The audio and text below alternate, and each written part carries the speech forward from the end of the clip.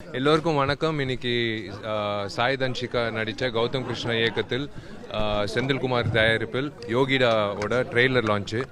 ரொம்ப ரொம்ப ரொம்ப சூப்பராக இருந்தது. சண்டே காட்சிகள் கணேஷ் மாஸ்டரோட கொரியோகிராஃபியில் தன்ஷிகா வந்து விஜயசாந்தி மேடம்க்கு அப்புறம்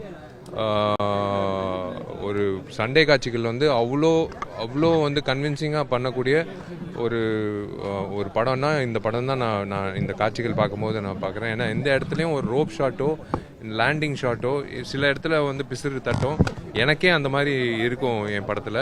பட் இந்த படத்தில் எல்லா சண்டே காட்சிகளும் வந்து ரொம்ப சூப்பராக பண்ணியிருக்காங்க. முக்கியமாக வந்து தேசிய கொடியை பற்றி ஒரு சண்டே காட்சி இருக்குது. அது கண்டிப்பாக நீங்கள் எல்லாரும் வந்து தியேட்டருக்கு போய் பார்க்கணும். அது வந்து it's one of the best என்ன சொல்கிறது descriptions for the national flag. இது மோஸ்ட் இம்பார்ட்டன்ட் திங். சின்ன பசங்கள்லேருந்து பெரியவங்க வரைக்கும் இது தெரியப்படுத்த வேண்டிய ஒரு விஷயம். முக்கியமாக ரவுடிஸ்க்கு தெரியப்படுத்த வேண்டிய விஷயம். முக்கியமாக வந்து பார்க்கக்கூடிய எல்லாருமே அரசியல்வாதிகளாம் சரி பாமர மக்களாகவும் சரி தேசிய கொடியோட முக்கியத்துவம் என்னன்றது இந்த சண்டே காட்சியில் காட்டியிருக்காங்க.